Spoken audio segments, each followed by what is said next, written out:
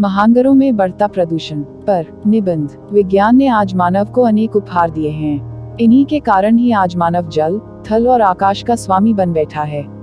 विज्ञान ने जहां हमें अनेक प्रकार के वरदान दिए हैं, वहीं कुछ समस्याओं को भी जन्म दिया है, जिनमें प्रदूषण की समस्या प्रमुख है। प्रदूषण का अर्थ है विशेष प्रकार से दूषित होना, यानी पर्यावरण के संतुलन का दोषपूर्ण हो जाना। प्रदूषण के कारण ही जल, थल और वायु दूषित हो गई है। सभ्यता के विकास के साथ जंगल कटते गए। ज्यों-ज्यों आबादी बढ़ी, आवास के लिए अधिक स्थान की आवश्यकता पड़ी। खेती के लिए अधिक भूमि तथा ईंधन के लिए अधिक लकड़ी की आवश्यकता हुई। इस प्रकार भूमि की कमी को वनों की कटाई करके करते रहे। वनों की अंधाधुंध कटाई के कारण प्रकृति का संतुलन बिगड़ गया है। साथ ही सड़कों पर बढ़ते यातायात तथा औद्योगिक इकाइयों के कारण निकलते धुएं से वायु प्रदूषित हो रहा है। आसमान में उड़ते विमानों, कल कारखानों तथा वाहनों आदि से प्रदूषण बढ़ता जा रहा है। नगरों से निकलने वाला कचरा, गंदगी, कारखानों का प्रदूषित अवशेष नदियों में प्रवाहित करने से जल पीने योग्य नहीं रह गया। गंगा जैसी नदी जिसका जल पवित्र था, वह आज प्रदूषण की चपेट में है। यह प्रदूषित जल पेड़ पौधे, जीव जंतुओं और मानव जीवन सभी के लिए हानिकारक है।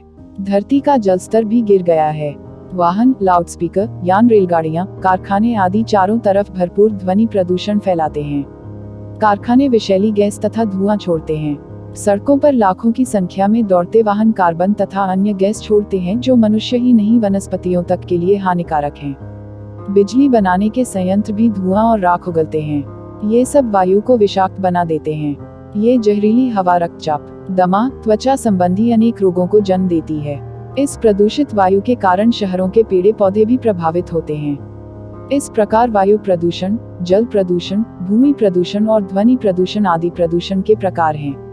बड़े बड़े नगरों में आवास की भारी समस्या है, इसीलिए वहां झुग्गी झोपड़ियां बन जाती हैं जिसमें मजदूर आदि रहते हैं।